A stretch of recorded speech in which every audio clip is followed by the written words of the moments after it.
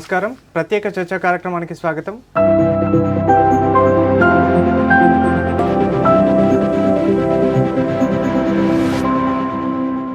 ముఖ్యంగా దేశంలో అత్యున్నత వైద్య విధాన వ్యవస్థను, వైద్య విద్యను ఆశించే లక్షలాది మంది విద్యార్థుల భవిష్యత్తును, కలలను కుదిపేసిన అంశం నీట్ పేపర్ లీకేజ్. ఒక విద్యార్థి వైద్యుడిగా దేశానికి సేవ చేయాలనే సంకల్పంతో, అంకిత భావంతో చదివిన కోట్లాది మంది విద్యార్థుల యొక్క కలలపై ఈ అవినీతి అక్రమాలు నీళ్లు చల్లాయి. దీంట్లో పేద, మధ్యతరగతి విద్యార్థుల యొక్క వాళ్ళ విద్యా హక్కులను కొల్లగొడుతూ ఈ నీట్ పేపర్ లీకేజీలో జరిగిన లోపాలు దేశవ్యాప్తంగా తీవ్ర ఉద్రిక్త ఆందోళనకు దారితీశాయి. దీనికి సంబంధించి మాకు న్యాయం కావాలంటూ విద్యార్థులందరూ రోడ్డెక్కారు. అలాగే మరి ఈ పేపర్ లీకేజీలో బాధ్యులు ఎవరు, దీనికి సంబంధించి ఈ లోపాలను సరిదిద్దడంలో ప్రభుత్వాలు విఫలమయ్యాయా అని తెలుసుకునే ముందు దీనికి సంబంధించి పూర్తి వివరాలు మనతో మాట్లాడడానికి మనతో పాటు ఉన్నారు బీజేపీ నుంచి పల్లె వంశీకృష్ణ గౌడ్, బీఆర్ఎస్వి నుంచి మెరుగు మహేష్, ధర్మ సమాజ్ పార్టీ నుంచి బాబు గారు ఉన్నారు. రైట్ సార్, ముఖ్యంగా ఈ దేశంలోనే అత్యున్నతమైన ఈ నీట్ వైద్య విద్యకు సంబంధించి ఈ పేపర్ లీకేజ్ కావడానికి కారణం ఏంటి, అసలు బాధ్యులు ఎవరు, దీని కేంద్ర ప్రభుత్వ వైఫల్యం కాదా? కేంద్ర విద్యాశాఖ పరిధిలో జరిగే ఎగ్జామ్. కేంద్ర విద్యాశాఖ పరిధిలో కొన్ని అంశాలను మనం గమనించాలి. ఇక్కడ బాధ్యత ఎవరిని బాధ్యులు చేయాలి అని అనుకునే ముందు కొన్ని విషయాలు తెలుసుకుందాం. మన రాజ్యాంగం ప్రకారం విద్య అనేది ఉమ్మడి జాబితాలో ఉంటుంది. అంటే రాష్ట్రాలకు, కేంద్రాలకు సంబంధించి ఉమ్మడి జాబితాలో ఉంటుంది. దానికి అనుగుణంగా కేంద్రం ఒక చట్టం చేసి ఏదైతే వైద్య విద్యకు సంబంధించి జాతీయ స్థాయిలో ఒక మంచి విద్యా విధానం ఉండాలి, ఆ విద్యా విధానం ద్వారానే మంచి డాక్టర్లను తయారు చేయాలి. అంటే టెస్ట్ ద్వారా చేసి దేశం మొత్తం కూడా ఒకే యూనిట్గా చేసుకుంటే ఒక మంచి పారదర్శకంగా ఉంటుందనే ఉద్దేశంతో ఏర్పాటు చేసిన ఎగ్జామ్ నీట్. మన విద్యాశాఖ కనుక గమనించినట్టయితే కేంద్ర విద్యాశాఖలో చాలా శాఖలు ఉంటాయి. మనం ఎన్సీఆర్టీ చూస్తాం, అంటే యూనివర్సిటీలకు సంబంధించి యూజీసీ చూస్తాం. ఇట్లా చాలా దాంట్లో ఒక నీట్ కూడా ఒకటి. అంటే నీట్కి ఒక అధిపతి అంటే ఎన్టీఏ ఉంటుంది, నేషనల్ టెస్టింగ్ ఏజెన్సీ అనే విభాగం ద్వారా జరిగే పరీక్ష నీట్. కాబట్టి ఇక్కడ వ్యవస్థలో ఎక్కడైనా తప్పే. దానివల్ల నేను మొదటగా చెప్తున్నా, నీట్ లీకేజ్ అనేది బాధాకరమైన విషయం. ఇక్కడ ఇంకో విషయం నేను చెప్పదలుచుకుంది ఏంటంటే, నిన్ననే మన ప్రియతమ ప్రధానమంత్రి నరేంద్ర మోడీ గారు రాత్రి ఒక ట్వీట్ చేయడం జరిగింది, వీడియో విడుదల చేయడం జరిగింది.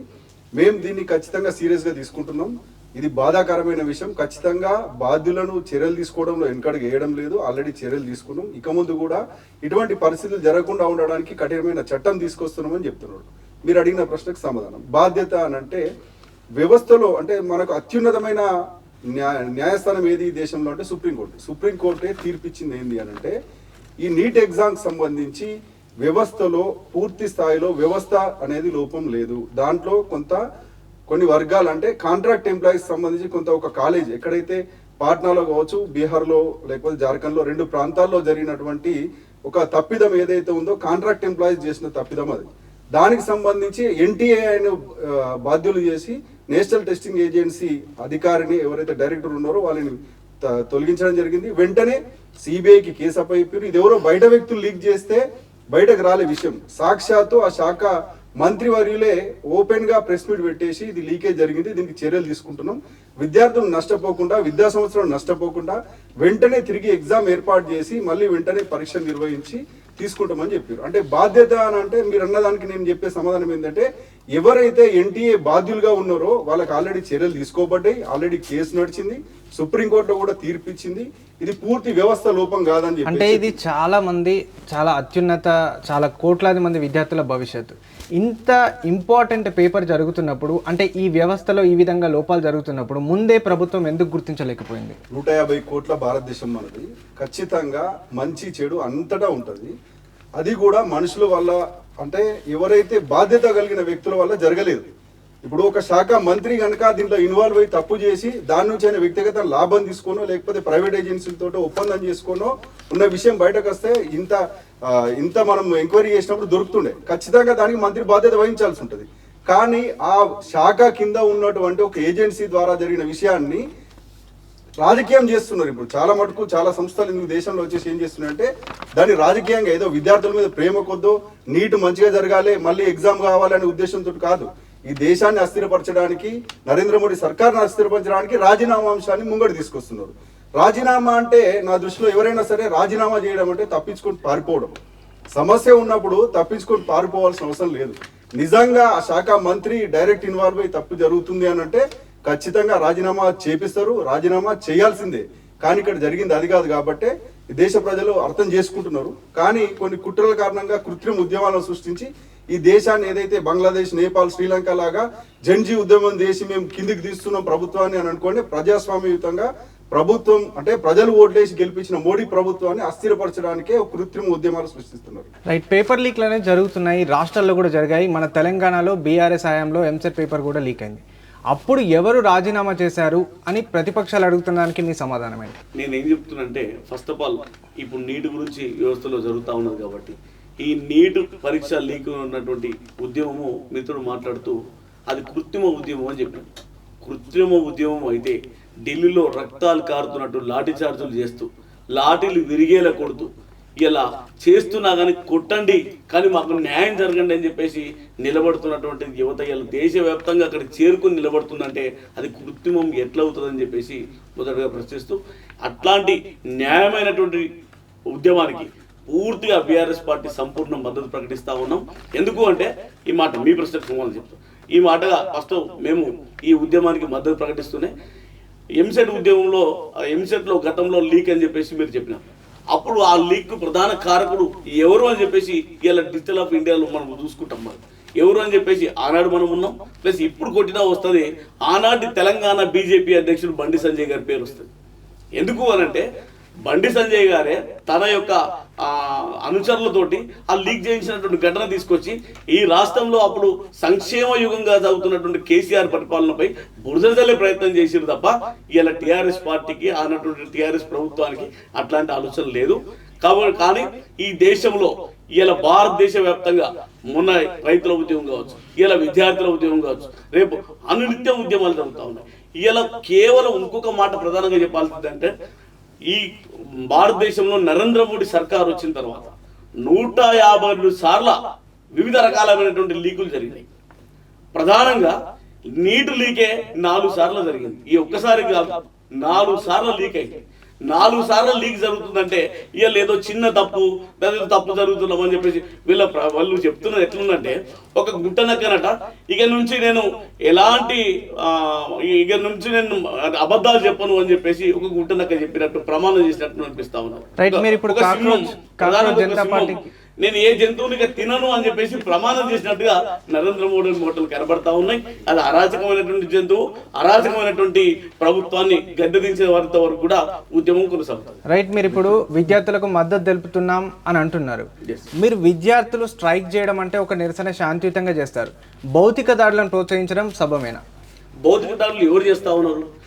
టియర్ గ్యాసులు పెట్టి రబ్బర్ బుల్లెట్లతో ఆటవికంగా ఒక లాఠీలు విరగొట్టేటువంటి విధంగా వేడి నీళ్ళతోటి ఈ రకంగా అరాచకంగా మా స్త్రీలు, మహిళా విద్యార్థినీలు అని చెప్పేసి చూడకుండా కూడా వాళ్ళ బట్టలు చించుతూ అరాచకులు అందులో చొరబడి ఆ రకమైనటువంటి చేస్తూ ఉన్నారు తప్ప విద్యార్థుల న్యాయమైన డిమాండ్, విద్యార్థులది న్యాయమైనటువంటి పోరాటంగా చెప్తా ఉన్నాం.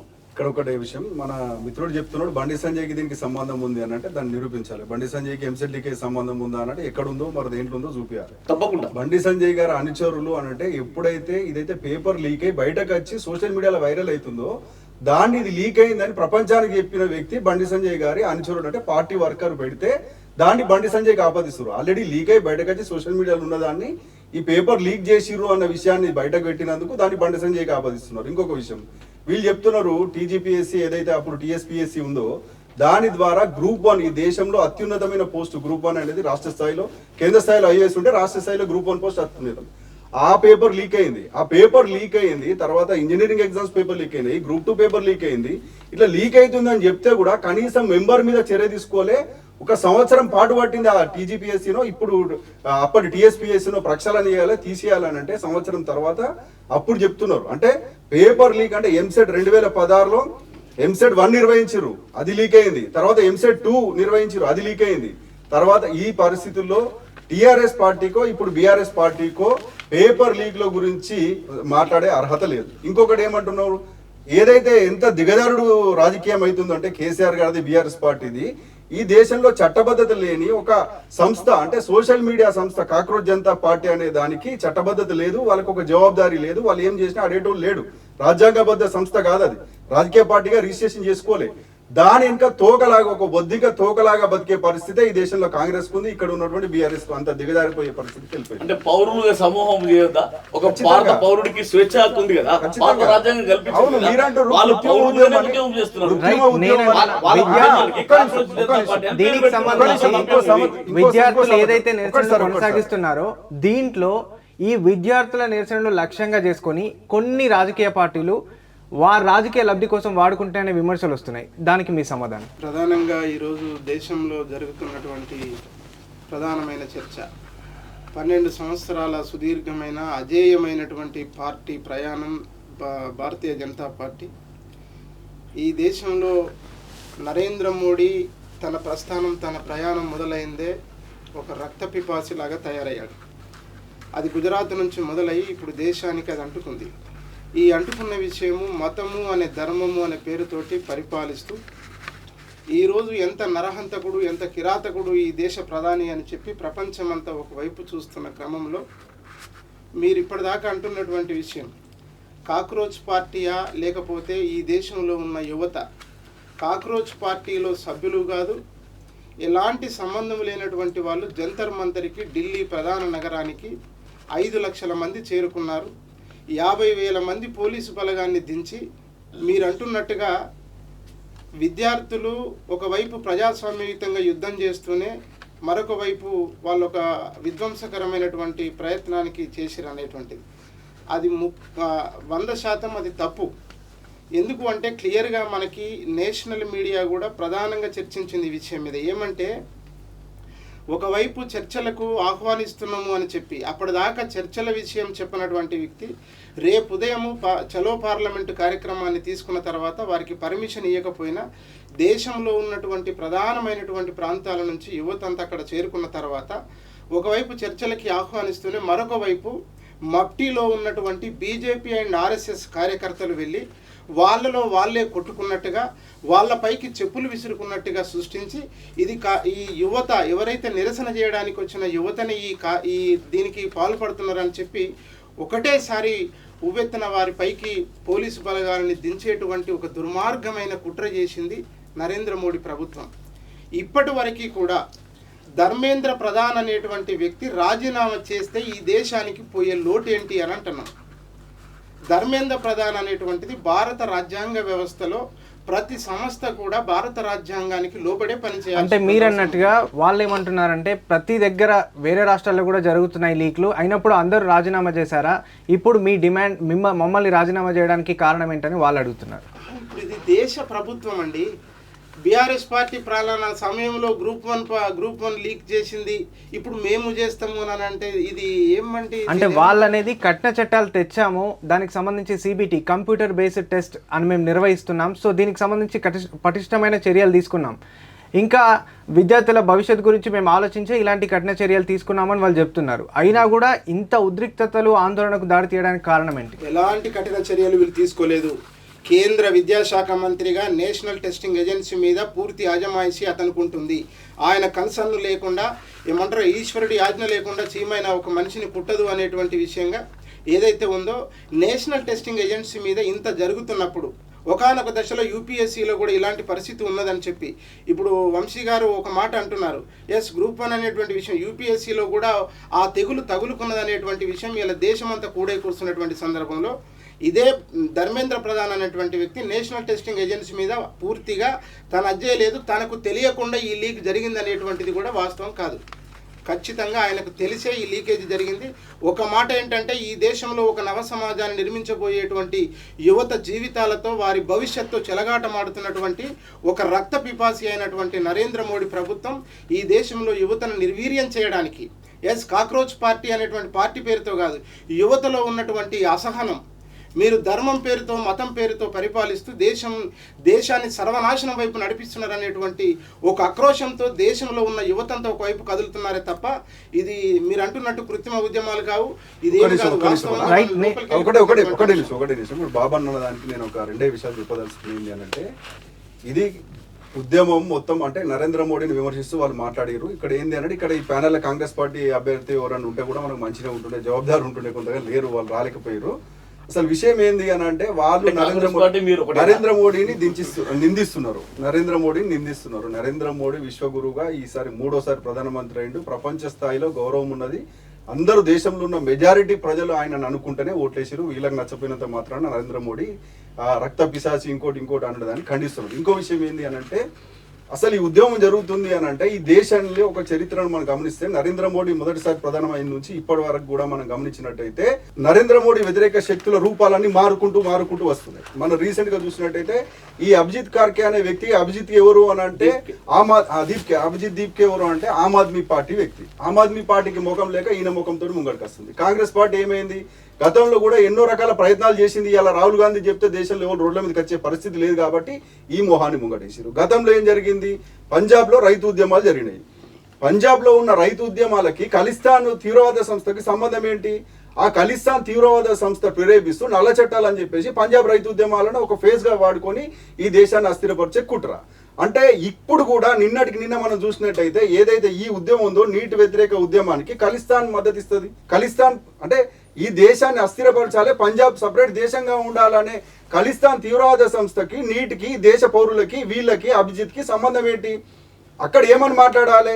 ఆయన శాంతియుతంగా జరుగుతుంది ఉద్యమాన్ని, కొందరు సంఘ వ్యతిరేక శక్తులు అక్కడికి వెళ్ళిర్రు అని చెప్తున్నారు. సంఘ వ్యతిరేక శక్తులు ఎవరు? మనం గమనించినట్టయితే నిజమైన విద్యార్థులకు అక్కడ గాయపడితే ఖచ్చితంగా ఖండిద్దాం. అక్కడ లెక్క ప్రకారం చూసినట్టయితే 80 మందికో 90 మందికో విద్యార్థులకు గాయాలైనాయని చెప్తున్నారు. కానీ 170 మంది పోలీసులకు గాయాలైనాయి. పోలీసుల మీద రాళ్ళు వేస్తారు, పోలీసులను కొడతారు. ఎవరైతే అభిజిత్ అనే స్పీచ్ ఇస్తుంటే ఆయన లైవ్ లో మనం చూసినట్టయితే ఒక పోలీసు ఒంటరిగా ఉంటే 100 మంది మూకపోయి పోలీసు మీద దాడి చేస్తే దాన్ని కంట్రోల్ చేయలేక లాఠీచార్జ్ చేశారు. పోలీసుల మీదకి ఆయుధాలు ప్రయోగిస్తారు. ఎక్కడ వేస్తున్నాయి ఆయుధాలు? ఆర్టికల్ 370ని తిరిగి పునరుద్ధరించాలంటారు. ఈ దేశంలో అంటే ఈ ఉద్యమానికి, నీటికి, ఈ అభిజిత్కి, ఈ కాక్రోచ్ జనతా పార్టీకి ఆర్టికల్ 370కి సంబంధం ఏంది? హిందూ దేవి దేవతలను అక్కడ తిడుతుంటారు. ఎక్కడైతే ఈ నీటికి సంబంధించి విద్యార్థులు అక్కడ లేరు. ఏదున్నా 5%, 10% కొన్ని మొహాలను వేస్తారు. 95% ఈ దేశంలో మోడీని వ్యతిరేక శక్తులు అన్ని రూపాలు మారుతున్నాయి. అనలిస్టులుగా మారుతున్నారు, కొన్ని పార్టీల పేర్లు మారుతున్నాయి, లేకపోతే సామాజిక వేత్తలు, సామాజిక ఉద్యమకారులు, పర్యావకారులు, ఈ రకమైన ఫేస్లు అన్ని కలిసి మోడీని వ్యతిరేకించాలనే ఉద్దేశంతో ఎప్పుడు ఒక నినాదాన్ని, వాదాన్ని ఎత్తుకుంటారు. దాంట్లో భాగమే ఈ సిజేపీ. రైట్, మీరు అంటున్నట్టు ఎన్టీఏ తీరుపై కొన్ని నెలలుగా కొన్ని విమర్శలు కూడా వెలువెత్తున్నాయి. అట్లా వెల్లువెత్తినప్పుడు కూడా ఇంకా ప్రభుత్వం చర్యలు తీసుకోలేదు. దానివల్లనే ఇలాంటివి జరిగిందని ప్రతిపక్షాలు తప్పు మీరు మాట్లాడేది. నేను ఇంతకుముందు కూడా అదే చెప్పిన. ఏదైతే ధర్మేంద్ర ప్రధానే ప్రెస్ మీట్ పెట్టి లీక్ జరిగింది అనే దాకా కూడా లీక్ అనేది తెలియదు బయట ప్రపంచానికి. ఇంకోటి, సిబిఐని ఎంక్వైరీ చేసింది కూడా ఈ ప్రభుత్వమే. 2, ఎన్టీఏ ఏజెన్సీ డైరెక్టర్ను తొలగించింది ఈ ప్రభుత్వమే. బీహార్ పాట్నా కోర్టులో 45 మందికి శిక్ష చేసిర్రు. ఏదైతే ఓఐసిస్ అనే ఒక కాలేజ్ ప్రిన్సిపాల్ను కూడా అరెస్ట్ చేసిర్రు. 2 ప్లేస్లలో ఎక్కడైతే లీక్ జరిగిందో ఈ దేశం అంతటా లీక్ కాలేదు. ఇది వ్యవస్థలో మొత్తం వ్యవస్థీకృత లోపం కాదు, 2 చోట్ల లీక్ జరిగిందని చెప్పేసి సుప్రీంకోర్టు, అత్యున్నత న్యాయస్థానం ఎంక్వైరీ చేసి చెప్పింది. ఎక్కడైతే బాధ్యులు ఉన్నారో 45 మంది ఇప్పుడు కూడా జైల్లోనే ఉన్నారు. యాక్షన్ తీసుకున్నది కేవలం పార్లమెంటు శీతాకాల సమావేశాలు జరుగుతున్నాయి. ఈ దేశంలో 2 కొత్త చట్టాలు రాబోతున్నాయనే ఉద్దేశంతో మళ్ళీ ఇది ముందు వేసుకొని దీన్ని అభిజిత్నో లేకపోతే బొద్దింకనో తేలినో ముంగటేసుకొని నడిపిస్తున్న ఉద్యమం. ఇలా బీజేపీ కనిపిస్తా ఉన్నది. 200 మంది 200 మంది పోలీసు వాళ్ళు ఇబ్బందులు పడి వాళ్ళ మీద దాడులు చేస్తూ ఉంటారు. మరి 23 లక్షల మంది విద్యార్థుల జీవితాలు కనిపించట్లేదా వీళ్ళకు? ఇలా నీట్ రాసినటువంటి 23 లక్షల విద్యార్థులు మా భవితవ్యం ఏంది అని చెప్పేసి అన్నమో రామచంద్రాన్ని వాళ్ళు ఏడుస్తూ ఉంటే వాళ్ళ భవితవ్యం పట్టదు ఈ బీజేపీకి. మరి అదేవిధంగా 20 కుటుంబాలు అంటే ఒక 20 మంది నీటిలో మేము ఈ లీక్ జరిగిందని తెలియగానే దేశవ్యాప్తంగా చనిపోయిన 20 మంది కుటుంబాలు. మరి ఇలా వాళ్ళ కుటుంబాలు, వాళ్ళ తల్లిదండ్రులు, వాళ్ళ బంధువులు, వాళ్ళ యొక్క అర్థనాలు కనిపించాయి బీజేపీ వాళ్ళకు. కేవలము వాళ్ళని ప్రొటెక్ట్ చేసేటువంటి పోలీసు వాళ్ళకు దెబ్బలు తాకితే మాత్రం వీళ్ళు పాల్గొడతారు. ఇదేంది నాకు అర్థం కాదు. నేను ఒక్కటే చెప్తా ఉన్నా, ఖచ్చితంగా న్యాయపరమైనటువంటి ఇక్కడ వాళ్ళు ఇలా ఒక మాట చెప్పినారు అంటే ఎంతో శాంతియుతంగా మేము ఏదో రాష్ట్ర కోర్టులు ఏర్పాటు చేస్తామని. కోర్టులు ఏర్పాటు చేసేది ఉంటే ఇప్పుడు జరిగిన దానికి ఏం చేస్తారు? ఇలా ఇది నీటిని ఏం చేస్తారు? దాంట్లో ఏ దోషుని శిక్షించారు, ఎవరికి ఏం చేస్తారు చెప్పకుండానే భవిష్యత్తు గురించి చెప్తామంటే అసలు ఒక్క మాటలో చెప్పాలండి, ఈ దేశానికి, దేశం యొక్క భావితరానికి క్యాన్సర్ లాంటిది బీజేపీ ప్రభుత్వం. క్యాన్సర్ లాంటిదే. ఇక అట్లాంటి పరిస్థితి ఇలా ఈ దేశానికి నాకు తెలుస్తలేదేమో, ఆల్రెడీ చర్యలు తీసుకున్నారు. నిజమైన విద్యార్థులు ఎవరు కూడా బాధలేరు. నీట్ టాపర్లు కూడా సంతోషంగా వాళ్ళు వ్యక్తం చేస్తూ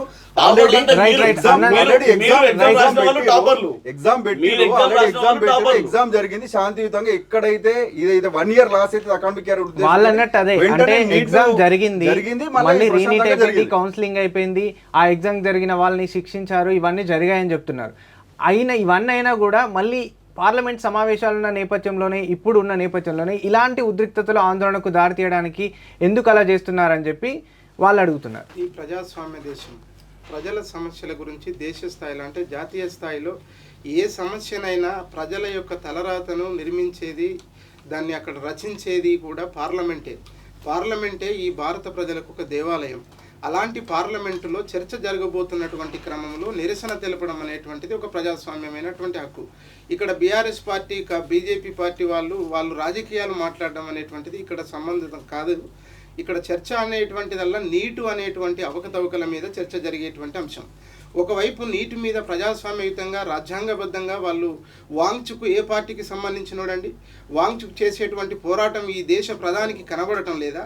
ఆ వాంగ్చుక్ చేస్తున్నటువంటి పోరాటానికి దేశంలో ఉన్నటువంటి జాతీయవాదులు, ఈ దేశంలో ఉన్నటువంటి అంటే జాతీయవాదులు అందరూ పోయి అక్కడ వెళ్ళి వాళ్ళు మాట్లాడుతూ ఉంటే వాళ్ళ మీదకి ఇప్పుడు దాకా వంశీ గారు మాట్లాడినట్టుగా ఒకవేళ ఈ దేశంలో బీజేపీ పార్టీకి వ్యతిరేకంగా ఏ ఉద్యమం వచ్చినా దాని వెనకాల ఖలిస్తాన్, పాకిస్తాన్ లేకపోతే ముస్లింలు ఉన్నారనేటువంటి నెపాన్ని తోయడం తప్ప ప్రపంచంలో ఎక్కడ లేనటువంటి ఒక దుర్మార్గమైనటువంటి విషయం ఏంటంటే ఈ దేశంలో ఏదైనా ఒక మంచి కొరకు పోరాటం జరిగితే దాని వెనకాల ఈ ఖలిస్తాన్, పాకిస్తాన్, ముస్లింలు ఉన్నారని చెప్పి భారతీయ రైట్ మీరన్నట్టుగా సోనం వాంగ్చుక్ సామాజిక కార్యకర్త అక్కడ ఉద్యమానికి శాంతియుత నిరసనకు దిగారు. అతనికి సంఘీభావం తెలియడానికి వచ్చిన వాళ్ళు దాదాపుగా సోషల్ మీడియాలో కూడా చూసాం, వచ్చిన వాళ్ళు విద్యార్థుల భవిష్యత్ కోసం, వాళ్ళ యొక్క కళల కోసం మాట్లాడాల్సింది పోయి ఇతర డిఫరెంట్గా మాట్లాడడం, విద్వేషాలు రెచ్చగొట్టే విధంగా మాట్లాడిన వ్యాఖ్యలు కూడా మనం చూసాం. దీన్ని మీరు ఏ విధంగా చూస్తారు? ఇది కొంతమంది ఒకరిద్దరు మాట్లాడినటువంటి అంశాన్ని ఇది నేను ఎందుకు చెప్తున్నానంటే వీళ్ళే ప్రిపేర్ చేసి కూడా కొంత చేస్తారు. ఎందుకు ప్రిపేర్ చేస్తారు అన్నట్టు దీనికి ఆధారము ఉన్నది, ఆరోపణనే కాదు.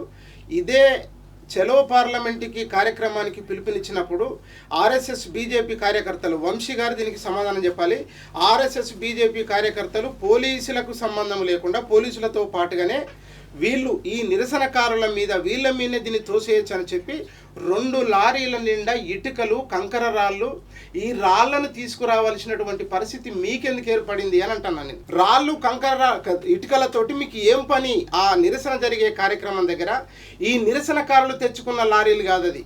ఈ ప్రభుత్వం ఏదైతే ఉందో ఈ ఆర్ఎస్ఎస్ బీజేపీ కార్యకర్తలతో పాటు కొంతమంది పోలీసుల్ని కూడా అటువైపు తిప్పుకొని అదే పోలీసులతోటి 2 లారీల నిండా ఇటుకల్ని, రాళ్లను తీసుకొచ్చి అవసరమైతే ఇది నిరసనకారులే విసిరిరని చెప్పి వాళ్ళ మీద కేసులు పెట్టించి ఇవాళ చేస్తూ ఉన్నారు. వాంగ్చుక్ ఉద్యమం ఏంటి? ఆయన నీట్ పేపర్కి సంబంధించినటువంటి నీట్ లీకేజ్ విషయానికి ధర్మేంద్ర ప్రధాన్ 100% రాజీనామా చేయాల్సిందని చెప్పి ఆయన పోరాటం చేసి చివరికి ఇప్పుడు ఆయన వాంగ్చుక్ యొక్క ఏమంటున్నాడంటే అనవసరంగా అక్రమంగా ఈ దేశ ప్రధాని, ఈ దేశ ప్రభుత్వము విద్యార్థుల మీద ఒక అక్రమ కేసులు పెట్టింది, ఆ అక్రమ కేసుల్ని ఎత్తివేయండి అని చెప్పి తను ఇలా మాట్లాడేటువంటి పరిస్థితి. నేనేమంటానంటే ప్రతి విధ్వంసానికి వెనకాల దేనికో అంటగాగి దేనితో అజ్జేసి వీళ్ళకు రాజకీయాలు తేయడం నేర్చుకున్నారు. ఎందుకు? ధర్మం, మతం పేరుతోటి ప్రజలు అటువైపు ఇటువైపు పోరు, ఈ ధర్మం మతం మాట్లాడంగానే ఇట్లనే ఉంటారని చెప్పి పబ్బం గడుపుకోవడమే విశ్వ గురువు లేదు, ఏ గురువు లేదు. బాబన్న చెప్పినట్టు రాళ్ళు వేసుకొని వచ్చిర్రు, ఆర్ఎస్ఎస్ విహెచ్పీలు వచ్చిర్రు అని అంటే ఈ రాళ్ళు వేసుకొని వచ్చింది ఆర్ఎస్ఎస్ విహెచ్పీలు వచ్చిర్రు ఆయన నిరూపించాలి, లేకపోతే ఎక్కడన్నా ఏదైనా ఏజెన్సీ ద్వారానో లేకపోతే ఢిల్లీలో కాంగ్రెస్ పార్టీ కేంద్ర కార్యాలయం ఉంటుంది, ఈ వ్యతిరేక ఉద్యమాలు చేసే వాళ్ళందరూ కూడా నిరూపించాలి. అది అంతా ఆరోపణలు మాత్రమే, దాని అవసరమే లేదు. ఈ దేశంలో ఇప్పుడు పరిపాలిస్తున్నటువంటి పార్టీ బీజేపీకి ఉద్యమాలు చేసి దాంట్లో రాళ్ళు తీసుకొని అక్కడ రావాల్సిన అవసరం లేదు. బీజేపీ కనుక ఉద్యమాలను తొక్కిపెట్టాలనే ఉద్దేశం ఉంటే అక్కడ దాకా ఉద్యమాలు, ఆ ప్రజాస్వామ్యం అక్కడ దాకా ఉండేది కాదు. వాళ్ళకంటే ఇక్కడ మన ఇందిరా పార్కుని అంటే ధర్నా చౌక్ని ఎత్తేసిన పార్టీ కూడా మనం ఇక్కడ చూస్తున్నాం. కానీ ఏదైతే జంతర్ మంతర్ ఇంకా ఎత్తేబడలే ఈ దేశంలో, జంతర్ మంతర్ వద్ద ప్రజాస్వామ్యయుతంగా ప్రతి ఒక్కరు అక్కడ స్వేచ్ఛగా ధర్నా చేసుకోవచ్చు, వాళ్ళ వాయిస్ని వినిపించే శక్తి ఉన్నది. సోనం వాంగ్చుక్ గురించి మాట్లాడుతున్నారు. ఇక్కడ సోనం వాంగ్చుక్ గురించి మాట్లాడితే నిజంగా సోనం వాంగ్చుక్ గారు మంచి ఉద్దేశంతో చేస్తున్నారు, దీక్ష చేస్తున్నారు, లేకపోతే వాళ్ళు లడాక్ విషయం తీసుకున్నారు, అక్కడ 6వ రాజ్యాంగ వాళ్ళని 6th షెడ్యూల్ గురించి వాళ్ళకి రాష్ట్ర హోదా గురించి మాట్లాడుతున్నారు, ఆ తర్వాత నీట్ గురించి మాట్లాడుతున్నారు. ఇక్కడ వాంగ్చుక్ మద్దతు ఇచ్చే వ్యక్తులను కూడా అక్కడ గమనించినట్టయితే శివరాజ్మితో పాటు చాలా మంది ప్రముఖులు అక్కడికి వచ్చిర్రు. ఎందుకు అని అంటే FCRA నిబంధనలు మార్చింది దేశంలో. అంటే ఏదైతే విదేశీ సంస్థల నుంచి నిధులు రావాల్సిన స్వచ్ఛంద సంస్థ పేరుతోటి ఈ దేశంలో ఏదైతే నేను ఇంతకుముందు చెప్పినట్టు సామాజికవేత్తలు, పర్యావరణవేత్తలు అనే ముసుగులో స్వచ్ఛంద సంస్థలు నడుపుతుంటే వాటికి చైనా నుంచో లేకపోతే విదేశాల నుంచో ఈ దేశంలో ఉద్యమాల కోసం ఫండింగ్ వస్తుంటుంది. ఈ FCRA నిబంధనలు కఠినంగా మార్చేసింది. FCRA బాధితుడే వాంగ్చుక్ లాంటి వ్యక్తులు వీళ్ళంతా ఒక గ్యాంగ్గా మారిపోయి అక్కడికి వచ్చి ఏదైతే విదేశీ నిధులు మాకు రాకుండా మోడీ ప్రభుత్వం అడ్డుకుంటుంది, నిబంధనలు కఠినతరం చేసింది, అకౌంటబిలిటీ తీసుకొచ్చింది, అకౌంట్ ఒకటే పెట్టాలన్నది, ఖర్చులు ఎక్కడ పెట్టాలనో కూడా ఎక్కడ పెడుతున్నారో కూడా చూపియాలనే ఉద్దేశంతో వీళ్ళందరినీ ఏకం చేసిన అంశం FCRA. కాబట్టే వాళ్ళు వాంగ్చుక్ మద్దతు తెలుపుతున్నారు, అక్కడికి వచ్చి నిరసన తెలుపుతున్నారు. ఇది అక్కడ జరుగుతున్నటువంటి విషయం. అంటే దేశంలో ఎవరు మాట్లాడినా వాళ్ళు ఎవరిని ప్రశ్నించినా, కేంద్రాన్ని బీజేపీని ఎవరు ప్రశ్నించినా వాళ్ళు శత్రువులుగా ట్రీట్ చేసి వాళ్ళు ఒక రాళ్ళు వేసి వాళ్ళు తయారు చేసి చెప్తా ఉంటారు, అంతకన్నా మించారు. కానీ బీజేపీ దేశంలో స్వతంత్ర ఉద్యమం నుంచే భారతదేశం అనేది ఒక లైవ్లో ఉన్నది. ఆనాటి నుంచి ఈనాటి దాకా ఏ ఉద్యమం చేసిన వాళ్ళు బీజేపీ వాళ్ళు కాదు, ఇలా మాట్లాడుతూ ఉన్నారు చెప్తారు. కానీ తెలంగాణ రాష్ట్రంగా తెలంగాణ రాష్ట్రాన్ని సాధించినటువంటి పార్టీగా టీఆర్ఎస్ పార్టీ ఉన్నది భవిష్యత్తులో, గతంలో. కానీ బీజేపీ ఇన్నటి వరకు ఏ ఉద్యమం చేయలే. వాళ్ళకి తెలిసిందల్లా ఒకటే, ఏ ఉద్యమాన్నైనా ఉక్కుపాదంతో అణచివేయడమే వాళ్ళకి తెలిసిన పదం. అట్లాంటి వాళ్ళు ఉద్యమాల గురించి లేట్ గా రెస్పాండ్ అవడానికి రీజన్ ఏంటి? ఏదండి? నీట్ పేపర్ లీకేజీకి సంబంధించి మిగతా పార్టీలన్నీ ధర్నాలు, రాస్తారోకోలు అన్ని చేస్తున్నాయి. మీరు ఇంత లేట్ గా రెస్పాన్స్ అవ్వడానికి కారణం? లేట్ గా రెస్పాండ్ అయినా లేటెస్ట్ గా రెస్పాండ్ అయినా మనకు కాదు, ఉద్యమంలో మేము ఉన్నామా లేదా అనేది ఇంపార్టెంట్. మేము స్పష్టంగా ఇలా మా యువనేత కేటీఆర్ గారి నేతృత్వంలో ఇలా ధర్నా జరుగుతూ ఉన్నది. ఇలా ప్రతి నియోజకవర్గ సెంటర్లో, ప్రతి జిల్లా హెడ్ క్వార్టర్లో ఉద్యమం నడుస్తూ ఉన్నాయి. తెలంగాణ ఉద్యమంలో 1200 మంది విద్యార్థులు అమరులైపోయి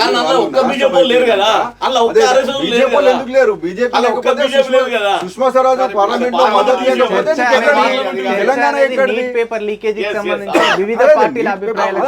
నేను ఏమంటున్నా, అన్న ఏమన్నాడు మహేష్ అన్న, ఉక్కుపాదంతో ఉద్యమాలను అణచివేస్తున్నారు అని చెప్తున్నాడు. ఉద్యమాలతో ఉక్కుపాదంతో అణచివేస్తే అక్కడ ఉద్యమం ఉండకపోతుండే.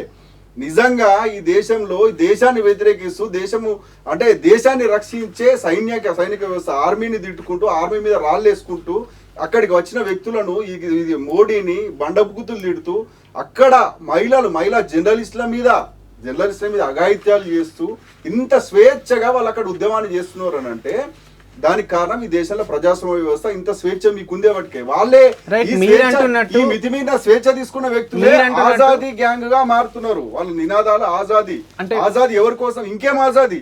ఈ దేశంలో ప్రధానమంత్రి అత్యున్నతమైన వ్యక్తిని బండబూతులు తిడుతున్నావు, దేశాన్ని రక్షించే సైనికులను రాళ్లతో కొడుతున్నావు, నీకు రక్షణగా ఉన్నటువంటి పోలీసులను కొడుతున్నావు, అక్కడ మహిళా జర్నలిస్టుల మీద దాడి చేస్తున్నావు, అసభ్యంగా పాయింట్లు చూపిస్తున్నావు.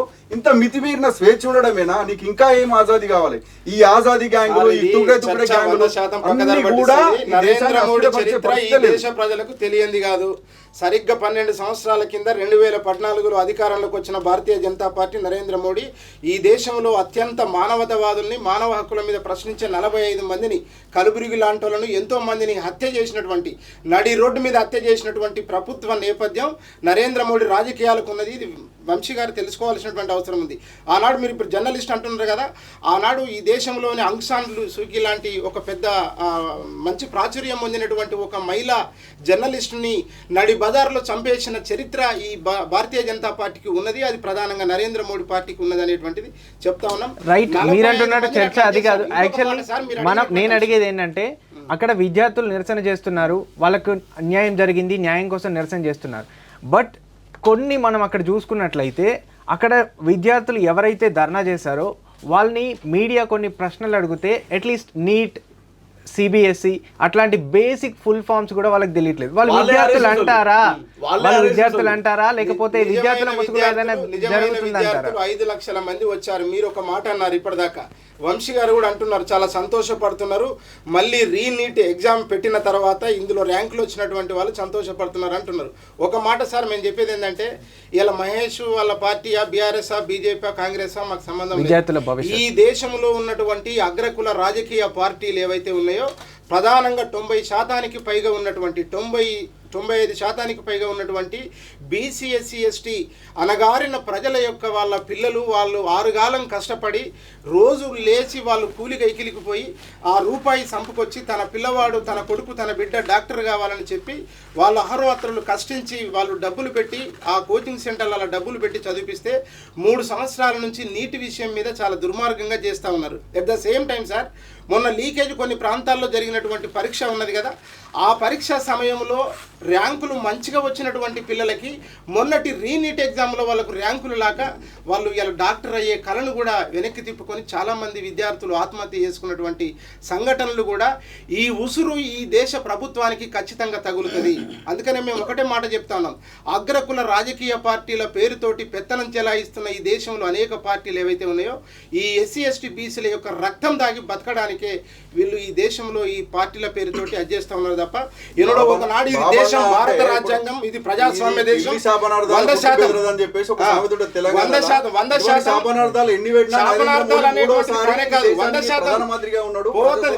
నేను ఏమంటాను, విశ్వగురువుగా తీసుకుపోయే విధంగా నరేంద్ర మోడీ. రైట్ మహేష్ గారు, విద్యార్థులు విశ్వగురు కాదు, భారత రాజ్యాంగాన్ని అమలు చేసేటువంటి ప్రజాస్వామిక ఉన్నటువంటి ఒక విద్యావేత్త కావాలి. సన్యాసం, సాధువులు కాదు ఈ దేశానికి కావాల్సింది.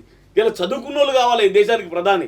చదువుకున్నోళ్ళు రాజ్యం వెళితేనే ఆ చదువుకున్న వాళ్ళ భవిష్యత్తు ఏందో తెలుస్తుంది, ఆ చదువుకున్న వాళ్ళ విద్యార్థుల యొక్క ఆలోచనలు తెలుస్తాయి. కానీ అట్లా కాకుండా సన్యాసులు, సాధువులు ప్రధానులు అయితే ఈ దేశానికి ప్రజాస్వామ్యం బతకాలంటే చదువుకున్నోడు కావాలి.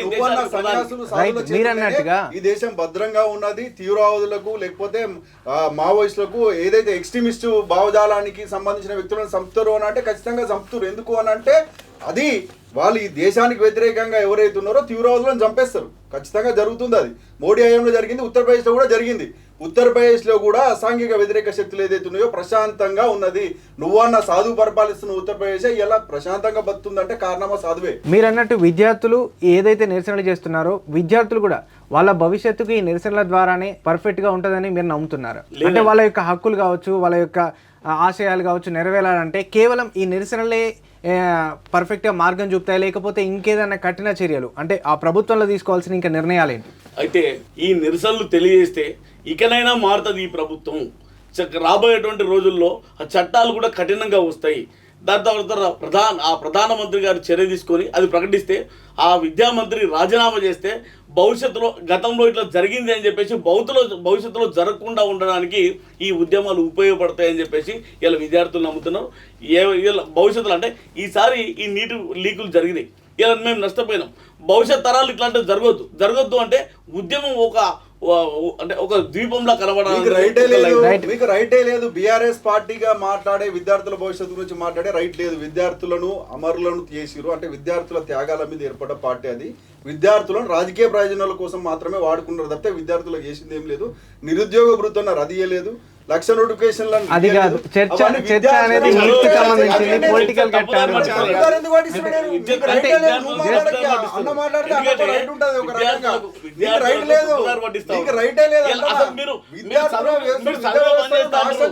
చదువు బంద్ చేసి మీరు ప్రయత్నం చేస్తా ఉన్నారు. మేము చదువుకోవాలి, లోకల్ గా స్థానికంగా అంటే తెలంగాణ ఆత్మగౌరవాన్ని సన్యాసులను కించపరుస్తున్నావా? హిందుత్వంలో సన్యాసులను కించపరుస్తున్నావా? చదువుకున్నారు కావాలంటున్నాం మేము. ప్రజాస్వామ్యంలో ప్రజలందరికీ విలువ ఉండాలంటున్నాం. పట్టాపత్రులు కావాలంటున్నాం. ఈ సమాజం వేరే వర్గాలకు సంబంధించిన వ్యక్తులను, విషయాలను లేకపోతే ఇంకోలను మాట్లాడగలుగుతావు. సన్యాసులను మాట్లాడగలుగుతున్నావు అంటే ప్రభుత్వం ఏమో ఇట్లాంటి లీకేజీలు కాకుండా కఠిన చట్టాలు తెచ్చామని అంటుంది. విద్యార్థి సంఘాలేమో లేదు ఇంకా అవినీతి లోపాలు ఆ విధంగానే ఉన్నాయి అంటుంది. లోపం ఎక్కడుంది? దీనికి పర్ఫెక్ట్ సొల్యూషన్ ఏంటి? పర్మనెంట్ సొల్యూషన్ వాస్తవంగా ఏంటంటే ఖచ్చితంగా ఇట్లాంటి లోపాలు జరుగుతున్న వాటికి కాకుండా భవిష్యత్తులో ఫాస్ట్ ట్రాక్ను ఏర్పాటు చేసి ఇవి ఏర్పాటు చేయకుండా చేస్తామని చెప్పేసి ఏదో మాట్లాడుతూ ఉన్నారు. అట్లా కాదు, గతంలో ఇట్లాంటి ఆల్రెడీ గతంలో ఒక సంస్థలు ఉన్నాయి, కొత్త చట్టాలు కూడా తీసుకొచ్చారు. వీళ్ళ చట్టాలు 2024లో కూడా ఒక చట్టం వచ్చింది. ఇట్లాంటి చట్టాలు వస్తూనే ఉన్నాయి, కానీ పరిస్థితి మాత్రం ఎప్పుడు లీకేజీలు మారుతూనే ఉన్నాయి. ఈ 12 ఏళ్ల కాలంలోనే నీట్ పేపరే 4 సార్లు లీక్ అయిందంటే ఇంకా ఎన్నిసార్లు ఎట్లాంటి చట్టాలు రావాలని చెప్పేసి ఆలోచనతో మహేష్ అన్నదాన్ని నేను చెప్పేది ఏంటంటే, ఫాస్ట్ ట్రాక్ కోర్టుకు అన్న కూడా లీగల్ గా అనుభవం ఉన్నది కాబట్టి నేను చెప్తున్నా ఏంటి అని అంటే, ఫాస్ట్ ట్రాక్ కోర్టుల వల్ల లాభం ఏందో నేను చెప్తా. ఒక చిన్న ఎగ్జాంపుల్ నేనేమంటున్నా అంటే, ఒక విద్యా కమిషన్ గతంలో చెప్పినారు, ఒక విద్యా కమిషన్, ఒక యూత్ కమిషన్, ఒక ఇంటెలెక్చువల్ ప్లస్ విద్యార్థులను 50-50% వేసి ఈ సమాజంలో చర్చ జరిగే విధంగా ఏ రకమైనటువంటి సమాజం కావాలో ఒక చర్చ జరగాలి తప్ప కేవలము నలుగురు వాళ్ళకి సంబంధించిన నరేంద్ర మోడీ గారు నిన్న ఏదైతే ఒక వీడియో రిలీజ్ చేసి ఫాస్ట్ ట్రాక్ కోర్టు అంశాన్ని ఎందుకు తీసుకొచ్చారో నేను ఒక చిన్న ఎగ్జాంపుల్ ద్వారా చెప్తాను. ఎందుకన్నానంటే, పశ్చిమ బెంగాల్ రాష్ట్రంలో 2016లో టీచర్ ఎలిజిబిలిటీ టెస్ట్ అంటే ఏదైతే మన దగ్గర డిఎస్సి లాంటి ఏదైతే ఉంటుందో ఒక ఉపాధ్యాయ నియామక పరీక్ష నిర్వహించింది 2016లో. 25,000 మంది అలా 2016లో వాళ్ళకి జాబులు వచ్చినాయి. 2016 నుంచి 2025 దాకా వాళ్ళు జాబులు చేసిరు. 2025లో కోర్టు తీర్పు ఏం చెప్పింది అని అంటే, వీళ్ళ నియామకం మొత్తం కూడా కుంభకోణం జరిగింది, తప్పుడు ఎగ్జామ్ రాసిర్రు, దీనిలో మొత్తం కూడా రద్దు చేయాలంటే 2016 నుంచి 25 అంటే 9 ఏళ్ళు వాళ్ళు ప్రభుత్వం నుంచి జీతం తీసుకున్నారు, జాబులు వచ్చినాయని వాళ్ళు ఇళ్ళలో చెప్పుకున్నారు. అంతా అయిపోయినాక 25లో తీర్పు ఇస్తే ఒక్కటే తీర్పుతోటి 25,000 మంది ఉద్యోగాలు కోల్పోయినాయి. అంటే న్యాయం జరగాలంటే, నిజమైన వ్యక్తులకు న్యాయం జరగాలంటే, తప్పును బయటకు తీయాలంటే 9 ఏళ్ళు పట్టింది ఈ దేశంలో. ఎందుకంటే దాన్ని మనం నిందించలేం. న్యాయ వ్యవస్థలో ఉన్న లోపాలు కూడా చాలా ఉన్నాయి. వాళ్ళకి ఏంది భారం బాగుంది కాబట్టి జరుగుతుంది. కాబట్టి ఫాస్ట్ ట్రాక్ కోర్టు ఏర్పాటు చేస్తే, ఇప్పుడు నీటికి సంబంధించి ఒక ఫాస్ట్ ట్రాక్ కోర్టు ఏర్పాటు చేస్తే ఒక 1 మంత్ 10 days 15 days లోపలే దాన్ని ఎంక్వైరీ చేస్తారు, దాన్ని రిజల్ట్ ఇస్తారు, దానికి జడ్జిమెంట్ ఇస్తే నిజమైన దోషులకు శిక్ష పడాలనే ఉద్దేశంతో భవిష్యత్తులో ఒక చట్టాన్ని కూడా తీసుకొచ్చిరు. 2024లో చట్టం కూడా తీసుకొచ్చిరు, పబ్లిక్ ఎగ్జామినేషన్ యాక్ట్ అనేది కూడా తీసుకొచ్చిరు. ఇంకా కఠినతరంగా చేయడానికి కూడా నరేంద్ర మోడీ గారు సిద్ధంగా ఉన్నారు. వదిలిపెట్టి చిన్న చేపలకు శిక్ష వేసినంత మాత్రాన ఈ దేశంలో వ్యవస్థ మారదు. ఒకటే మాట మేము చెప్తా ఉన్నాం, విద్యార్థులు, నికార్సైనటువంటి విద్యార్థులు, ఈ దేశంలో ఉన్న యువత ఎందుకు సద్దులు కట్టుకొని వచ్చిరండి. తిండి లేకుండా కూడా 48 hours ఇప్పటి వరకు కూడా తిండి లేకుండా ఇప్పటికి ఇంకా ఉద్యమంలో ఉన్నటువంటి ఒక కఠోరమైనటువంటి పోరాటాన్ని చేస్తున్నటువంటి విద్యార్థులను చూసి మనం అర్థం చేసుకోవాల్సినటువంటి అవసరం ఉంది.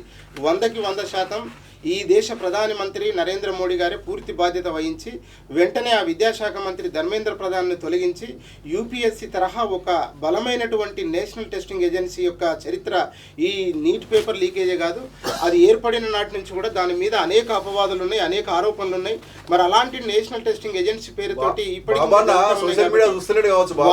వాటిని వెంటనే భోజనం లేకుండా ఉద్యమాలు చేస్తున్నారు అని అంటే, ఇది నడిపించే అభిజిత్ తినుకుంటా సోను వాంగ్చుక్ నిరాదీక్ష చేసి అన్నం లేకుండా నిరాదీక్ష మాట్లాడలేదు మిత్రం.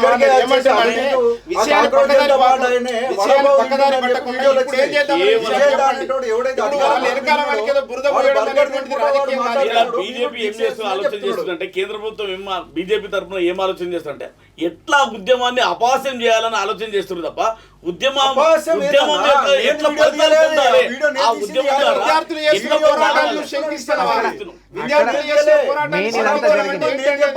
ఏదైతే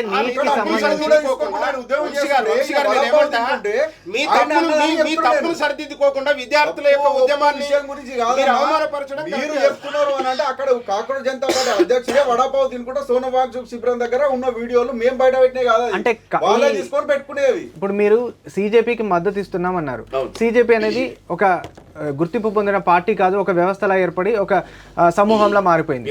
దానికి సంబంధించి అసలు విద్యార్థులు ఎవరు, ఆ సిజేపీకి మద్దతు ఇచ్చే వాళ్ళు ఎవరు, ఇదంతా కొంత కన్ఫ్యూజన్లో ఉంది. అక్కడ జరిగిన భౌతిక దాడులు సోషల్ మీడియాలో కొన్ని చూసినవన్నీ చూస్తే ఇది ఒక రకంగా జరుగుతుందా అనే అభిప్రాయాన్ని చాలా మంది వ్యక్తం చేస్తున్నారు. దీనికి సంబంధించి మీరేమంటారు? అంటే సిజేపీ ఆధ్వర్యంలో కార్యక్రమం అనేది స్టార్ట్ అయింది. ఈ స్టార్ట్ అయినటువంటి ఉద్యమానికి ఇలా వేలాది కాదు లక్షలాది మంది విద్యార్థుల సంఘీభావంతో విద్యార్థులు ప్రత్యక్షంగా పాల్గొని ఇలా ఉద్యమం నడుస్తూ ఉన్నది. దీనికి విద్యార్థి ఉద్యమం పట్ల ఇప్పుడు ఇప్పటిదాకా చెప్పినారు, వీళ్ళు ఉన్నారు వాళ్ళు ఉన్నారు అని చెప్పేసి ఇప్పుడు సుమిత్రులు చెప్తా ఉన్నారు. దీన్ని కొంత అబ్జర్వ్ చేసి ఇది రియాలిటీ ఎంతవరకు ఉంది అనేది కొంత అన్ని పార్టీలు కూడా ఆలోచన చేసి ప్రజాస్వామికంగా మెదలాలన్నటువంటి అన్ని పార్టీలు కూడా ఇలా సపోర్ట్ చేస్తూ ఉన్నాయి. అంటే సపోర్ట్ చేస్తున్నాయంటే దాంట్లో ఆ విద్యార్థుల ఉద్యమంలో న్యాయం ఉంది. ఆ పోరాటంలో వాళ్ళకి ఫలితాలు రావాలి, ఆ పోరాటం ద్వారా ఫలితాలు పొందాలనేటువంటి ఉద్దేశంతో ప్రజాస్వామిక పార్టీలన్నీ కూడా మద్దతు చేస్తూ ఉన్నాయి. ఈ మద్దతు ఫలితంగా అసలు విషయం ఏంది, వీళ్ళ దోషులను కఠినంగా శిక్షించాలి. ఆ శిక్షించడానికి మీరు ఎట్లా చేస్తారో ఏం చేస్తారో చెప్పండి. అధర్మేంద్ర ప్రధాన్, ఎందుకంటే ధర్మేంద్ర ప్రధాన్ అని వాళ్ళు అంటున్నారు.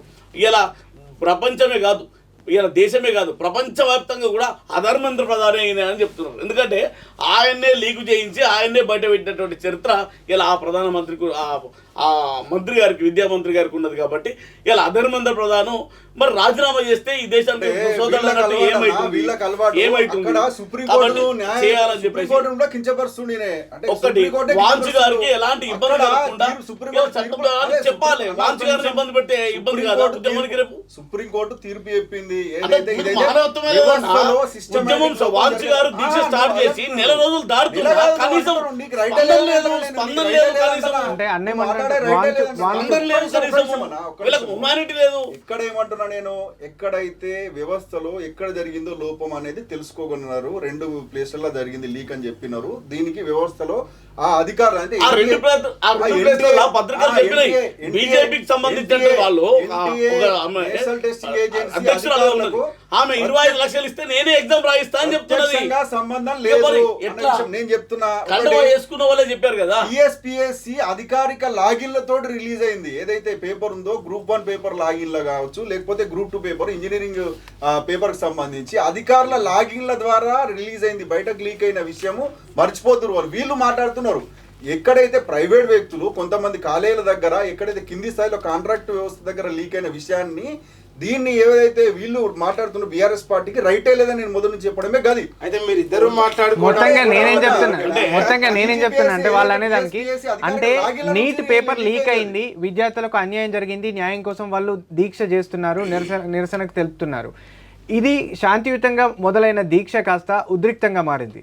ఈ ఉద్రిక్తంగా మారడంతో అక్కడ ఎవరైతే అభిజిత్ దీప్కే ఆ దీక్షకు సంబంధించి ముఖ్యంగా ఉన్నారో వాళ్ళ రూపంలో కొందరు రాజకీయ పార్టీలు కావచ్చు, మిగతా వాళ్ళు కావచ్చు, వాళ్ళందరూ కలిసి ఒక ఉద్రిక్తతలకు దారితీసింది. దాంతో ఇలాంటి లాఠీ చార్జులు, పోలీసులు కంట్రోల్ చేయకపోవడం, ఇవన్నీ జరిగి చాలా వరకు విద్యార్థులు అలాంటి లాఠీ చార్జ్ జరిగింది అని అంటున్నారు. దీన్ని మీరు ఏ విధంగా చూస్తారు సార్? ఒకటే, చాలా నిస్వార్థంగా వాళ్ళు శాంతియుత పోరాటం చేస్తున్నటువంటి క్రమంలో దాన్ని ఉద్రిక్తత వైపు నడిపించింది కూడా ఈ దేశ ప్రధాని అండ్ కేంద్ర ప్రభుత్వం. ప్రధానంగా వాళ్ళు దీన్ని చెల్లాచెదురు చేయడానికి వాళ్ళేమంటున్నారంటే సిజేపీ ముసుగులోనే ఇలాంటి ఇప్పుడు దేశంలో ఏదో అభద్రతా భావం, దేశ సమగ్రతను దెబ్బతీయాలి, దేశంలో ఐక్యతను విచ్ఛిన్నం చేయాలి అనే ఒక కుట్రతోడే ఈ నిరసన జరుగుతుంది. ఎందుకంటే పేపర్ ఎప్పుడో లీక్ అయింది, మళ్ళీ జరిగింది, అన్ని దానికి సంబంధించి జరిగినాయి. అయినా కూడా ఇప్పుడు ఇన్ని రోజులకు ఈ ఉద్యమం ముందుకు వచ్చింది.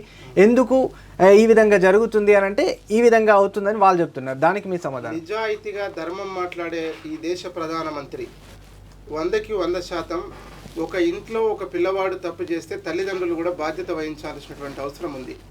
నీ కేంద్ర క్యాబినెట్లో ఉన్నటువంటి మంత్రి యొక్క అజమాయిషి లేకుండా, ఆయనకు తెలియకుండా ఈ లీకేజ్ జరిగింది అనేటువంటిది అయితే కరెక్ట్ కాదు, అంటే వాస్తవం కాదు.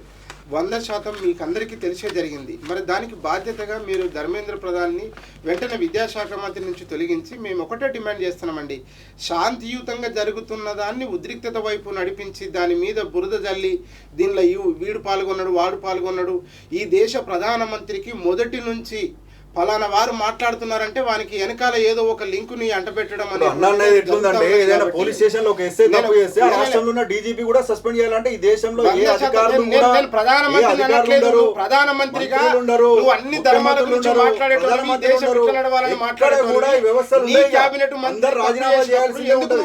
రిజైన్ చేయించావు. ప్రతిసారి వ్యవస్థ మొత్తం కూడా 100% చర్చలకు ఆహ్వానించి ఉద్రిక్తత వైపు నడిపించింది నీ పోలీసు బలగాలతోటి, నీ ప్రమేయం లేకుండా అది మాట్లాడు.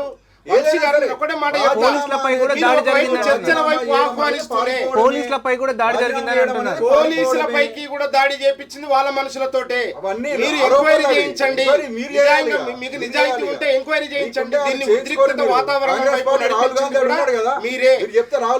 5 లక్షల మందిలో తీవ్రవాదులు లేరు. బీజేపీ అండ్ ఆర్ఎస్ఎస్ వీళ్ళ సభ్యులు తప్ప ఈ ఉద్రిక్తత వైపు నడిపించింది. మరొకరు ఎవరు లేరండి. దీనిలో ఈ దేశంలో ఉగ్రవాదులు లేరు, తీవ్రవాదులు లేరు, ఎవరు లేరు. న్యాయం కావాలని చెప్పి నిబద్ధతగా నిజాయితీగా ఆ జంతర్ మంతర్ దగ్గరికి పోయి పోరాటం చేస్తున్నటువంటి ఆ ఉద్యమాన్ని వంశీ గారు అవమానపరుస్తున్నాడు గనక అది ఉద్యమమే కాదు, అది ఒక కృత్రిమ ఉద్యమం అని, లేకపోతే దాని వెనకాల వాళ్ళున్నారు వీళ్ళున్నారని మీరన్నట్టు ఆ ఉద్యమం వెనక ఎవరున్నారని మీరు భావిస్తున్నారు?